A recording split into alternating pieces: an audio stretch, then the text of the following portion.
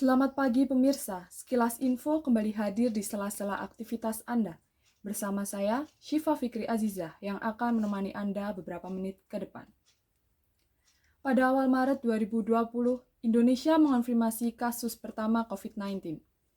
Penularan melalui kontak antar manusia yang sulit diprediksi menjadi penyebab terbesar penularan. Sejak saat itu, berbagai upaya dilakukan pemerintah untuk memutus rantai penularan. Social distancing dan pemberlakuan PSBB menjadi kebijakan pemerintah untuk mencegah penyebaran COVID-19.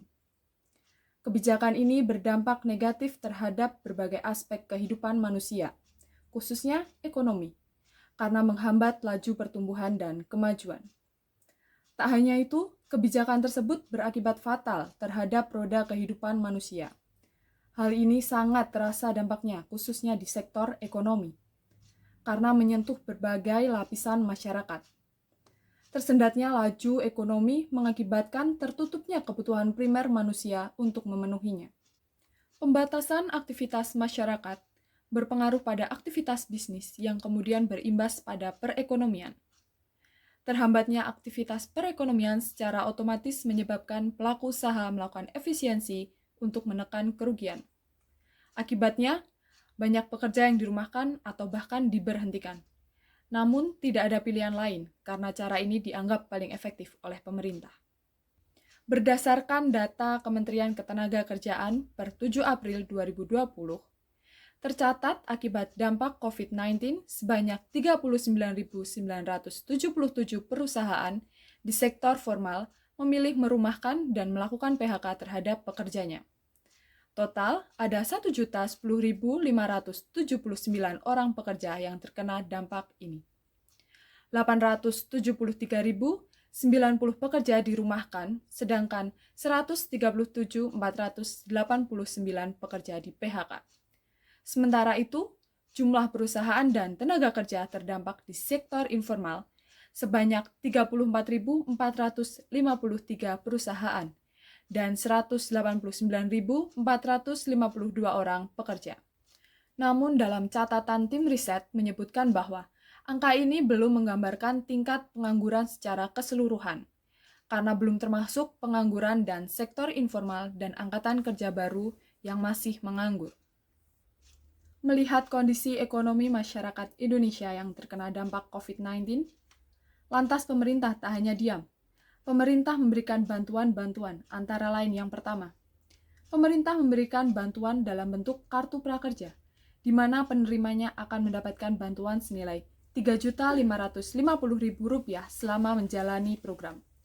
Kartu prakerja merupakan program pengembangan kompetensi yang ditujukan untuk pencari kerja, pekerja, hingga buruh yang terkena PHK. Dana akan diterima peserta secara bertahap selama 4 bulan, dari sebelum hingga pelatihan kerja selesai dilakukan. Syarat yang harus dipenuhi antara lain, warga negara Indonesia, usia minimal 18 tahun, dan sedang tidak mengikuti pendidikan formal. Selanjutnya, pemerintah memberikan bantuan kepada pegawai swasta yang memiliki penghasilan kurang dari 5 juta rupiah dan peserta aktif di BPJS Ketenagakerjaan. Bantuan yang akan disalurkan yakni berupa uang tunai senilai Rp600.000 per bulan yang akan disalurkan tiap bulan sekali.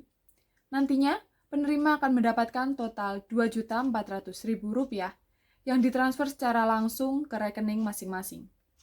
Yang ketiga, pemerintah juga mencanangkan bantuan kepada pelaku UMKM dengan penyaluran dana sebesar Rp2.400.000 yang diberikan dalam satu kali transfer melalui rekening pelaku UMKM yang terdata. Syarat yang harus dipenuhi oleh UMKM, yakni pelaku usaha merupakan WNI, mempunyai nomor induk kependudukan, memiliki usaha mikro yang dibuktikan dengan surat usulan dan pengusul lampirannya, bukan TNI, Polri, atau pegawai BUMN atau BUMD. Upaya pemerintah selanjutnya melalui Kementerian Sosial atau Kemensos berencana menyalurkan kembali kepada masyarakat, yakni bantuan sosial tunai senilai Rp500.000. Adapun penyaluran bantuan ini diberikan untuk membantu masyarakat yang terdampak COVID-19. Bantuan ini ditargetkan bagi keluarga yang tergolong keluarga penerima manfaat program bantuan pangan non-tunai. Sebelumnya, keluarga penerima BNPT telah mendapatkan bantuan sosial senilai Rp200.000 dalam bentuk sembako. Tak hanya bansos, pemerintah juga memberikan subsidi listrik gratis untuk 24 juta pelanggan listrik dengan daya 450 volt ampere dan potongan sebesar 50% untuk 7 juta pelanggan listrik dengan daya 900 volt ampere bersubsidi. Pemerintah juga akan memperluas intensif tagihan listrik. Bantuan ini akan menyasar pada pelanggan segmen sosial, bisnis, dan industri. Pemerintah mengharapkan dengan adanya bantuan-bantuan ini, semoga kondisi ekonomi masyarakat Indonesia dapat terbantu. Dan semoga pandemi cepat berakhir agar semuanya lekas membaik. Jangan lupa mematuhi protokol kesehatan, gunakan masker, jaga jarak, dan cuci tangan. Demikian sekilas info pada hari ini. Saya Syifa Fikri Azizah mohon undur diri. Selamat pagi.